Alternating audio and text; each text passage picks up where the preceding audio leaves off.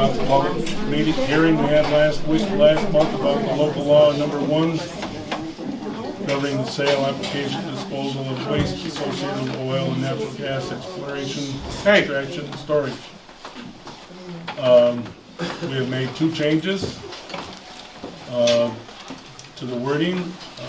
One was in section 1, we had potentially dangerous, dangerous, and the other section was changes where it said oil. Change it to, it says oil. The original one said oil water to oil waste. There are the 2 changes we made, and I'd like to have discussion from the board, or if you're all set with this, we'll have a motion.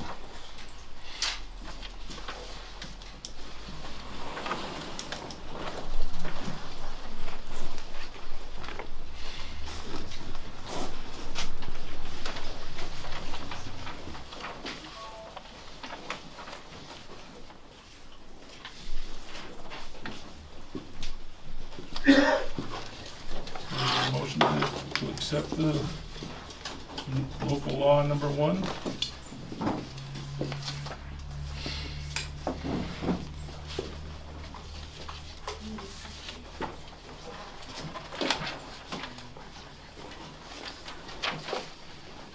We need more discussion.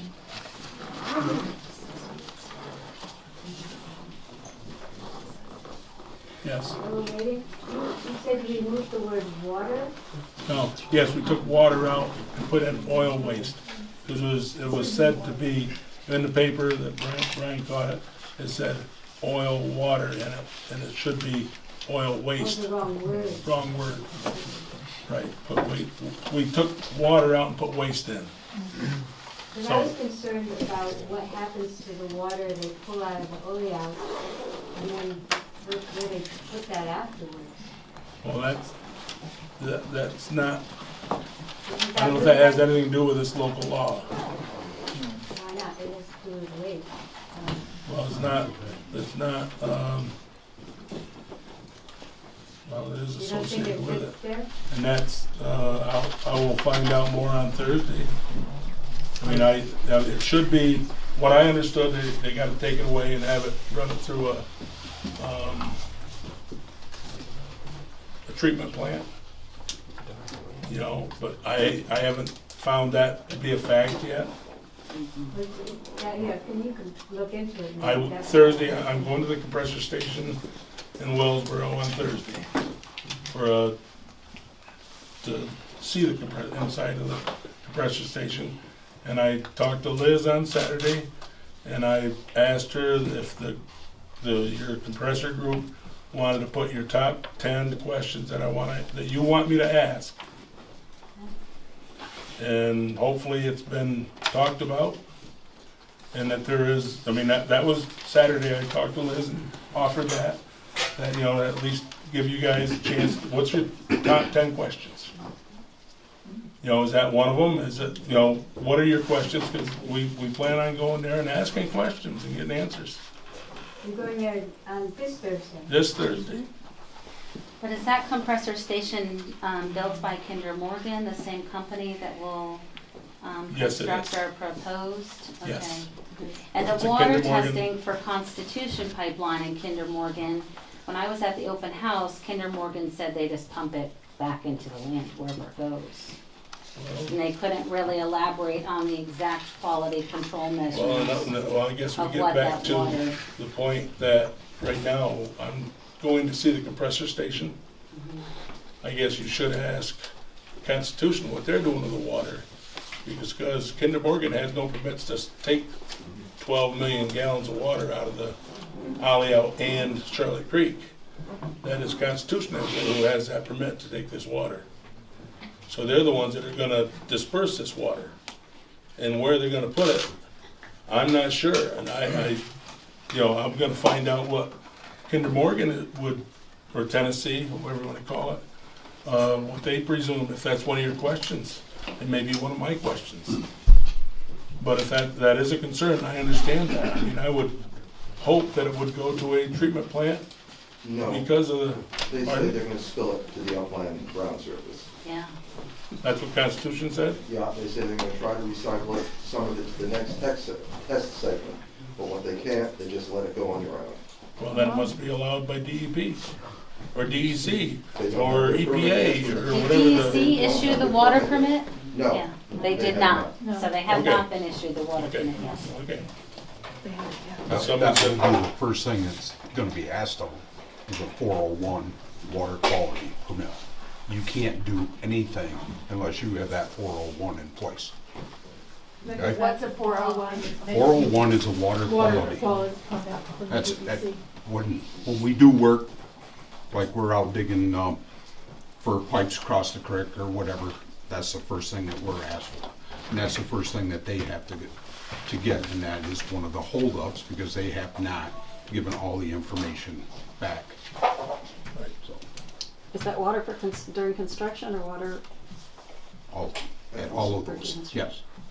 That's always your water quality.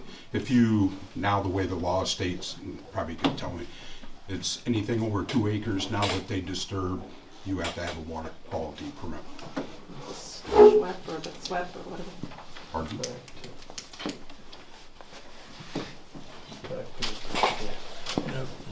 Yeah. Right. Put it to that. No, we don't have to go to another public hearing, because there are just a definition change, basically. Definition change. Right. Then I move to accept Okay, local law number 1. motion, move to accept the local law number 1. Do we have a second? I'll second All in favor? it. Aye. Passed. Okay. Now we have the standard workday recording resolution we must have for appointed officials. This happened to be, it wasn't an election year last year.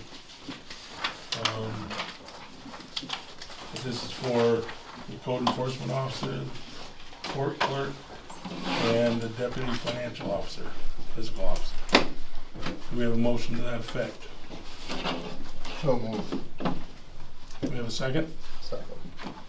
All in favor? Aye. Carried. Okay.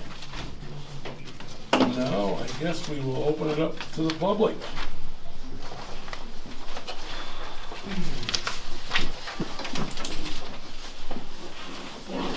Questions? Yes.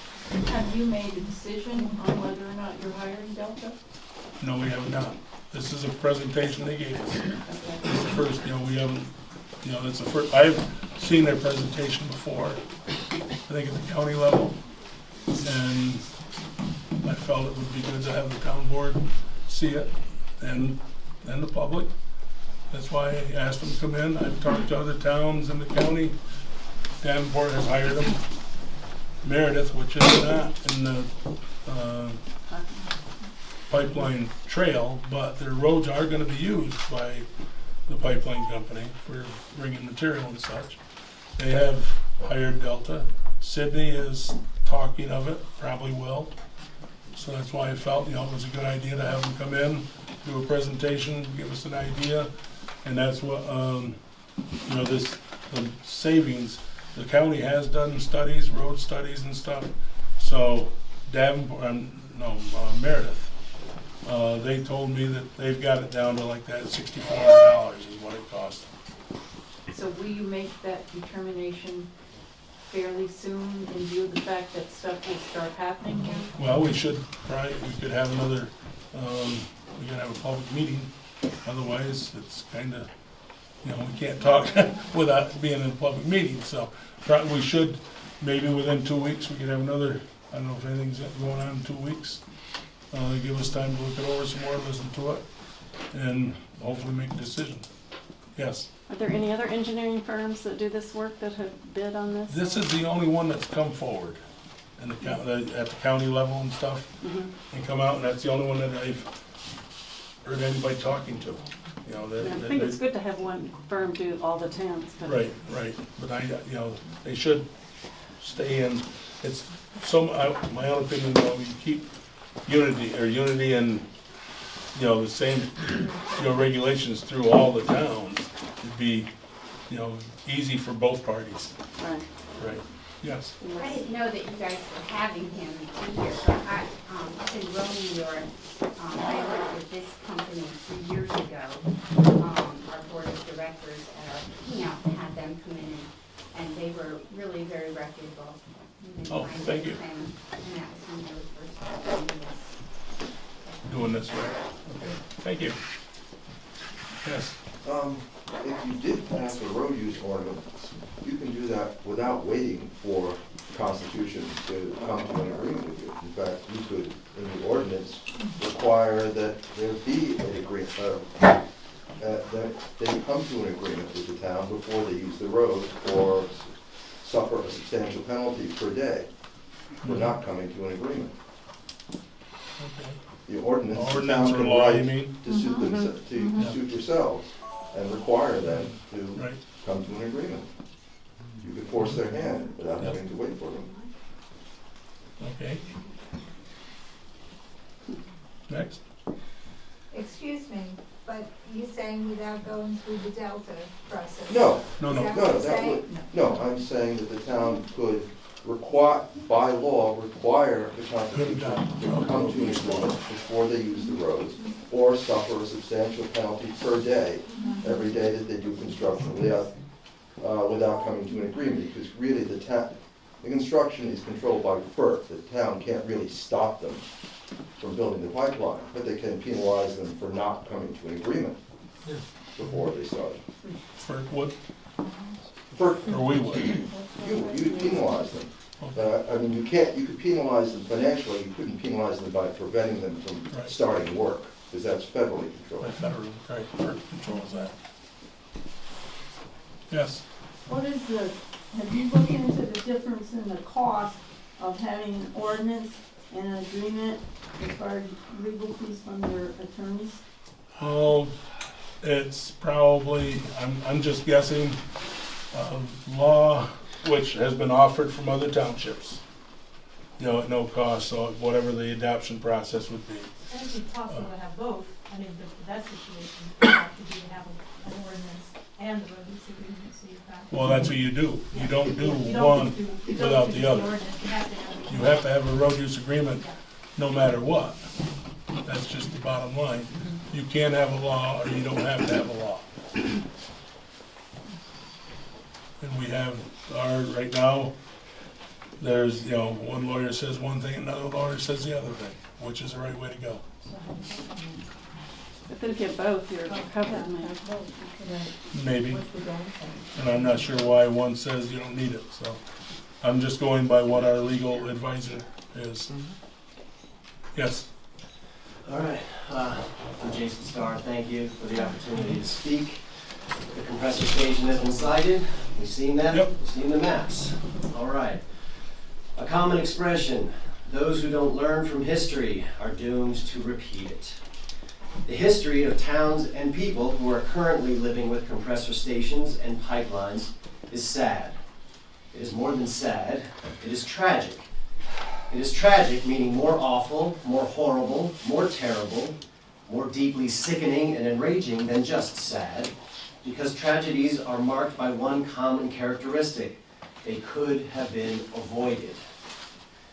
The history of this board, as documented in the minutes of the recent years, the history has shown that this board has done very little, has thus far let its power as a local governing body, which, just sit, no, lie down, unused, like plywood left laying on the floor inside the house, far away from the windows, when the hurricane is on the horizon. This is what Brian was alluding to. You have the power. You can do things to protect us. Didn't Brian just say that they couldn't stop them from starting construction?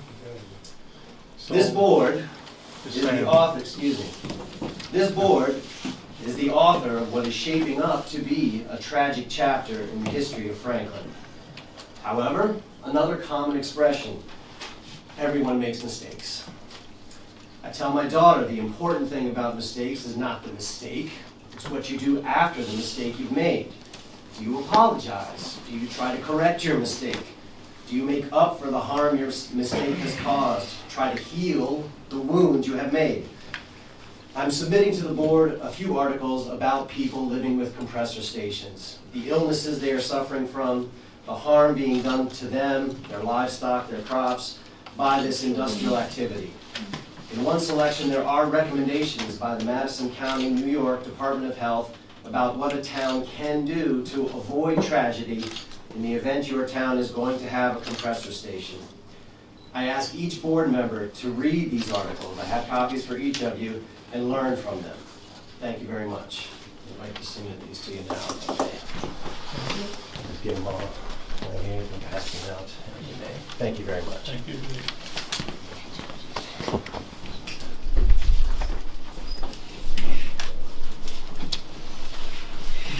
Yes. Compressor Free Franklin conducted a petition drive requesting that the town council take the following actions to preserve the rural character of life in the town of Franklin and the health and well-being of its residents. Within the last 3 weeks, 531 individual citizens of Franklin request our town council enact a road use ordinance. This requires responsible parties pay to document the condition of the roads prior to construction, maintain access during construction, and restore roads to original or better condition after construction. 531 individual citizens of Franklin request our town council enact an industrial continuous noise ordinance with a maximum of 55 decibels along and beyond the borders of an industrial property. 531 individual citizens of Franklin request our town council pass a resolution of unconditional opposition to construction of the compressor station in the town of Franklin, no station, period. 531 individual citizens of Franklin request our town council maintain and enforce existing rural zoning laws, such as minimum setback of 1,000 feet from property lines for new industry.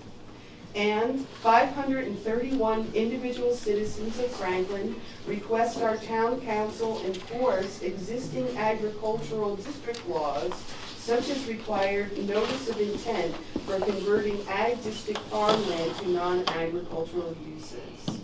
Thank you for the privilege of the floor, and I have all the signatures. Okay, thank you.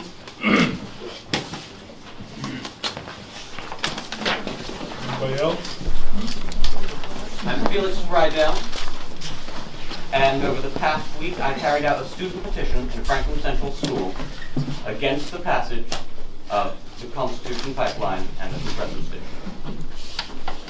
I did not know what to expect when I went into school with a petition asking you, the town board, to make a resolution of unconditional opposition to the construction of a compressor station in Franklin. I was surprised that so many people signed. Despite only having a week to work with, and despite being given very strict time restrictions by the school administrators, I, with the dedicated assistance of Lily Bevilacqua, whose parents are here now, managed to get 69 signatures. I was and am delighted. This is not an issue that no one cares about. Some people don't care, but that is true of any issue, even one as important and divisive as this one.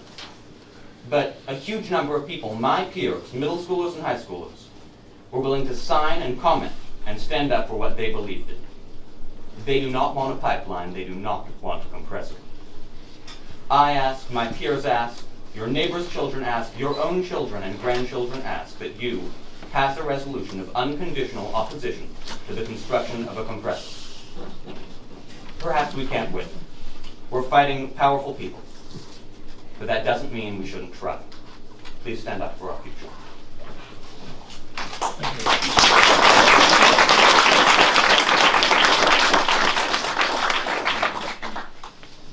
Yes. Hi, I'm Annie. I'd like to talk about farms. I live in between a dairy farm and an alpaca farm. And these are people that I really love and care about a lot. And that's what I love about Franklin, is that it's such a small community that that's what we do. We love and care about each other. And I would really like to see some kind of research or proof to know that the people that I live next to, their farms, their dairy cows, their alpacas, their chickens, their game, anything is not going to be hurt in any way, or that they're gonna, you know, what is the disadvantages and advantages for them, and how is it going to affect their business, their kids, their families. I live right on Otsego Road, just to be honest, so that's gonna be right there, and I just really care about who I live with and who I live next to and the environment, and I don't know. I don't agree with it, but I would like to see some research to show that it won't, what it's going to do to these people and my friends and my family. Thank you.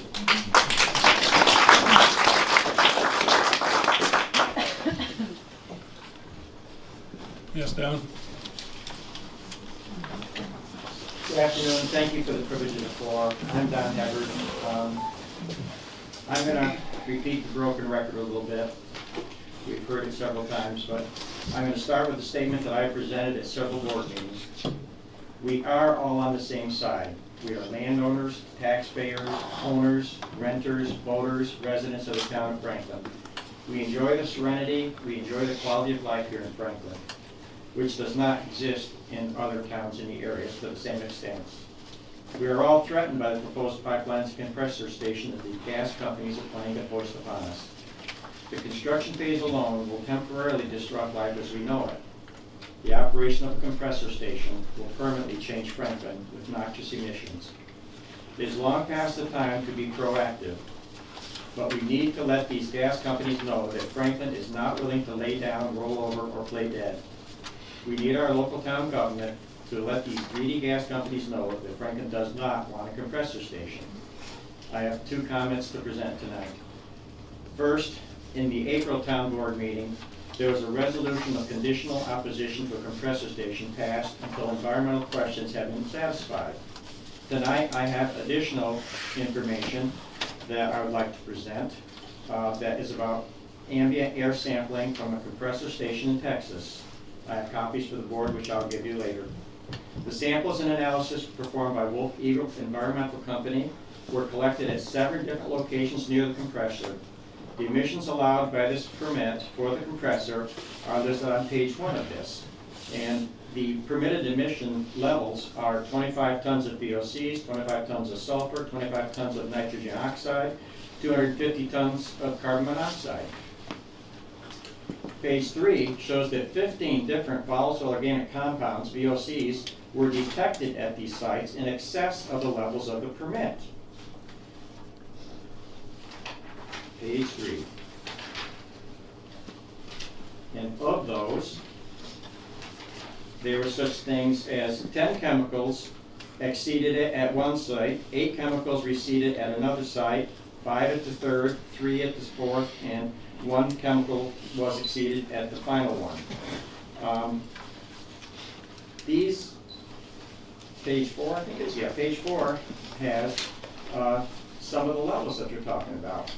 And when you look at the levels that were allowed in the permit, then you look at carbon disulfide, 103 times the emission that was allowed. Benzene, 55 times. Methylpyridine, 53 times. And it goes down through the whole, litany of things that are detected well in excess of the permitted levels. Why would Franklin want to subject his residents to the limits specified by the permit, let alone the actual emissions that are being measured at some of these stations? Please review this data at your convenience and the previous data that was presented in the Madison County report to FERC. And I ask you to pass a resolution of unconditional opposition to a compressor station. The second topic I have, to just give you a quick, and I have copies for everyone, has to do with blasting. It's fairly common knowledge that insulation of pipelines in bedrock and in bridges and ledges requires blasting. It's fairly common knowledge that blasting can upset underground water. It can upset individual wells. Albany County went ahead and proposed a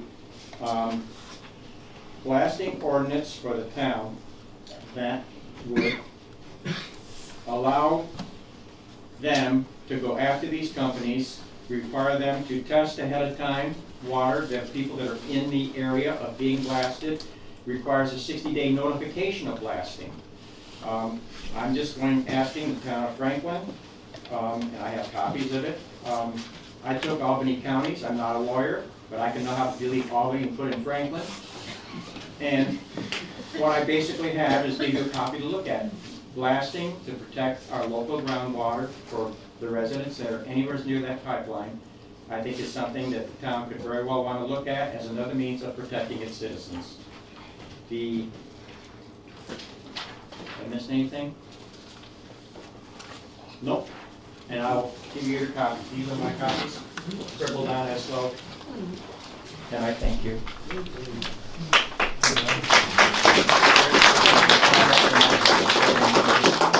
Here's Albany's and there's Franklin's and others. Thank you. Change.